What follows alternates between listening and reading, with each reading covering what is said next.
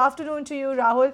And yes, not a good day. We all expected this to happen, actually, given the fact that the headlines that you were getting throughout the last 2 days. What's your take now? How are the markets looking? How should one play in this market? Yeah, so one thing that has happened after the recent down move that we've seen is markets are no more overbought, and the way things are shaping up, it seems like Nifty should be headed towards the 25,000 mark. Now, having said that, war is something historically we've seen whenever war escalations have happened.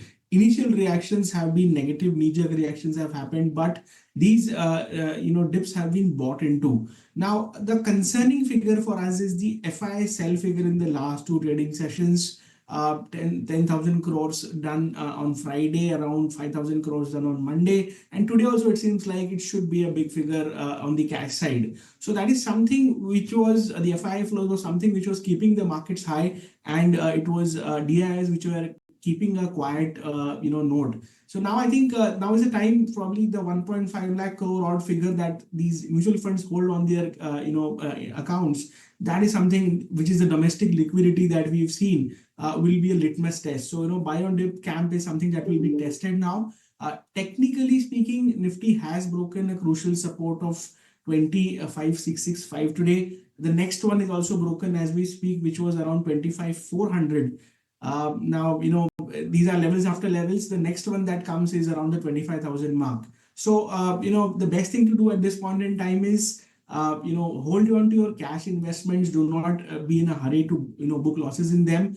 Anything that is related to derivatives, maybe, these can be exited because the kind of volatility that is there in the market, India VIX is up 12%, can be unnerving, and, these swings can be all over the place. So maybe let the situation stabilize for a couple of sessions, and post that one can look to do any trading activity. Until then, it's best to keep an eye on IT is one sector that we like particularly. We feel IT can play out very well as a defensive. Last month it was banks which did well. IT was an underperformer, but this month I think IT can spring in a surprise. So look to accumulate IT stocks in this correction. We feel over the next 3 to 4 month kind of a period, one can expect an upside of 15% in the IT in the IT stocks. Index can be anywhere in the vicinity of 10 to 12%.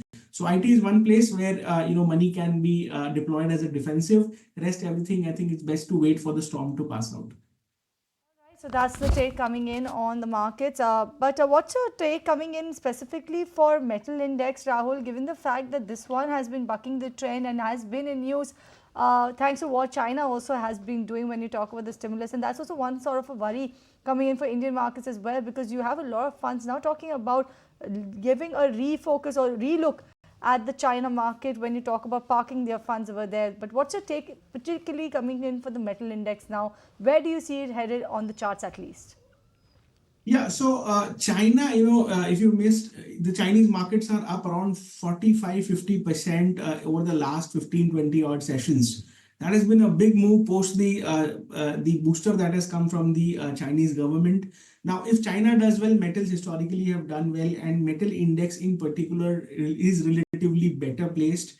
In fact, that index has stayed positive today, barring the last 1 hour of trade. But these dips corrections are to be looked upon for buying. Now, what looks good in metal? So the heavyweight Vedanta is something that we are looking to. We have recommended on your channel in the past. As a disclaimer, I hold this stock in my portfolio.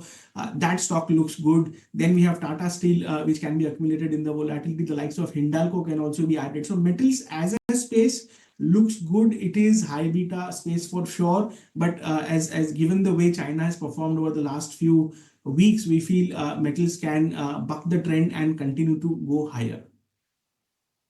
What about the FMCG sector then, Rahul? Because festive season, whenever you get into festive season, you see a lot of demand coming for a lot of these plays in the consumption theme, the larger consumption theme basket. But how does this one look to you? Because right after election, this one actually saw renewed vigor. Yeah, so FMCG, over especially in the last leg of this rally, it was no more a defensive space because the returns of the FMCG index were very much in line with some of the other sectoral indices that had done. So, it was expected that, along with the broader market, this sector also sees a pullback. But yes, having said that, domestically we've had a very strong monsoon. The festive season is around the. In fact, today we've started with the Navratras, and overall, sentiment wise, I think this space should do well. Although if Nifty head towards the 25,000 mark, this is not something that may buck the trend. The way, for example, it has done in the past. So we feel it's best to wait for the Nifty correction to be over before entering into this space. But if you're an investor, I don't think so. No, there is any cause of worry because domestic demand remains robust, and technically also, this is still a buy on dip kind of an index where we feel these corrections are good opportunities to enter into long positions, especially given a 6 to 12 month kind of a time frame. All right, then, point taken. Thank you so much, Rahul, for joining us on the show, for giving us your take on various sectors in the markets, be it the IT, the metal, or the FMCG space. Thank you so much for joining us on ET. There comes a time when your heart calls for you to arise. Plant your feet solid into the ground. Decide your own limits. And then break right through them. Become something more. It's my time to rise.